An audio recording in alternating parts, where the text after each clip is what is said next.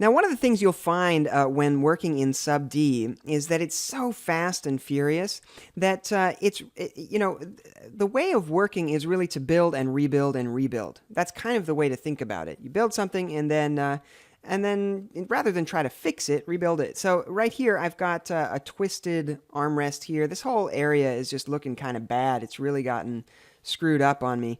And rather than just try to correct it, which will only end up making it worse just in general, I can basically just delete it and rebuild it. So let's select this middle edge loop and delete that. Then I can select all this stuff up here and R for scale. And I'm going to hit Alt-C to go to my Selection Action Center and turn off Symmetry for the moment. Then I can scale to 0 on the Z there. So we can just flatten that back out.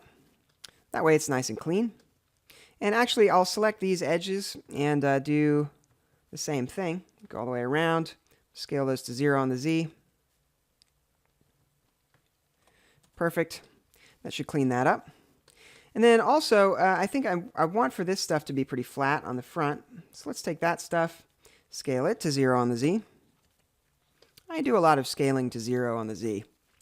And once we have that, then, these edge loops just look all wonky and messed up. So, oh, wait, let's get this interior one first. Let's get the rest of this. And go to Selection Action Center and 0 on that Z. Okay, that's looking better. Now what doesn't look good are these guys. So let's select that edge loop and delete it, and this one and delete it. Now all I've been doing is just deleting a whole lot of geometry, but that evens things out. See how kind of straight and neat and nice everything looks again? And this one, I can delete that one as well. Now we're left with a very, very clean shape up here, and we can just add those back in a more uniform fashion. So let's go to Poly mode. Add a loop slice, and I'll add 3 of them. Thank you very much. And now this stuff is much more evenly distributed all throughout. I could also go back here. We'll add my 1 loop slice right around there. And now we're back to having a very clean cage. So you'll find that as you're working, if things start to look ugly and stretched and weird, rather than try to tweak things around, just blast stuff away and put it back again. Now, I am noticing these guys are still pretty long up here. And I just know from previous experience doing this demo that that can cause problems with the types of sculpting that we're going to be doing. Anything really long like this is going to cause your brushes to chatter and do odd things when sculpting. So I really want to keep this stuff pretty tight and pretty uniform. So let's select this stuff and add some edge loops in here also. And that's going to, because this is a pretty uniform mesh already, that keeps everything, everything is still pretty clean. Now if I hit the tab key, that's all looking okay.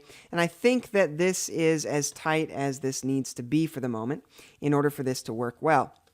So next, let's take a look at our reference again. And you'll notice that there's a leather interior to this with the padding and all that inside of it. And then behind that, we have a metal bucket that's all connected into. And so we're going to want to separate this out in a similar fashion.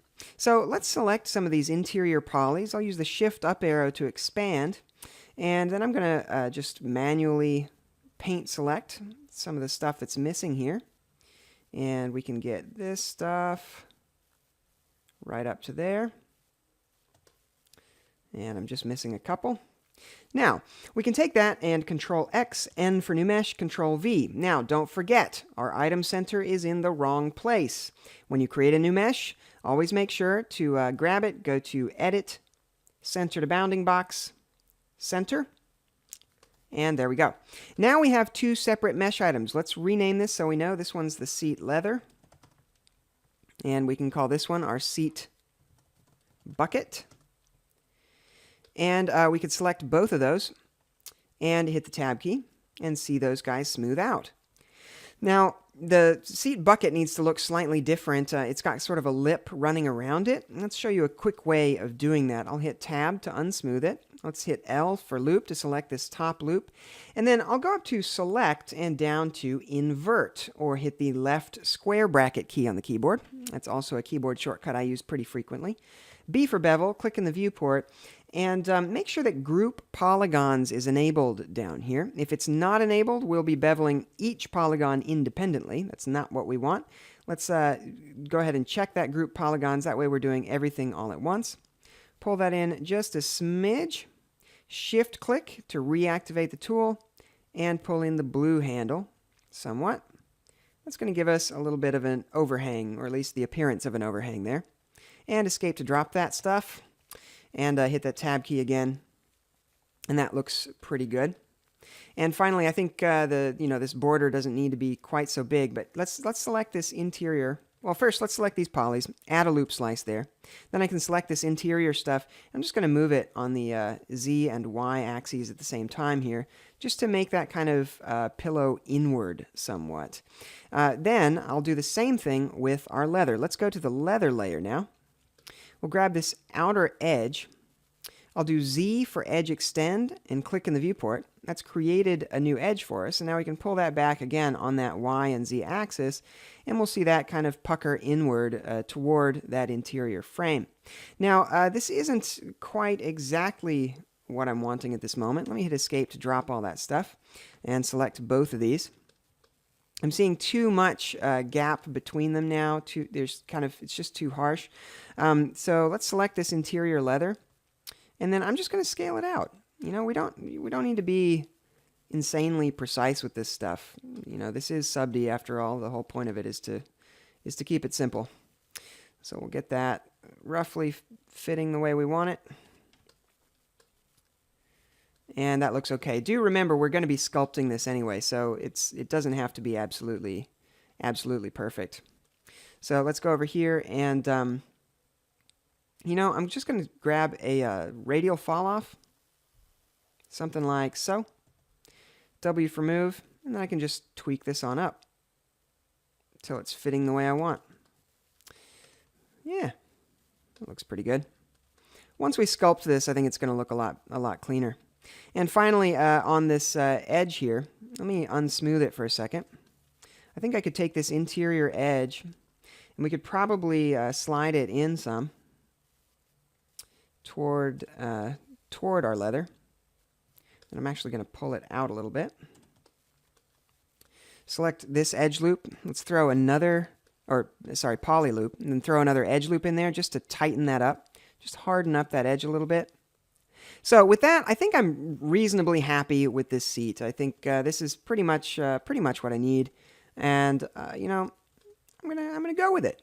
So let's move on. I'm gonna go to item selection mode, U for unhide, to show everything again. Let's turn off that reference center, so we're back to being centered on the world center. And we just need to create our instances. Let's select these guys, both of them at the same time. Once again, keeping in mind those item centers are in the center of the geometry. Mirroring doesn't work well if that's not the case. Then we'll go to Duplicate, Instance Mirror, and click in the viewport. Then we're going to mirror across the X, of course. 0, make sure that we're setting that to 0 on the X. And escape to drop those tools. You notice that has created both of those instances for us in one fell swoop. So we only need to do it one time.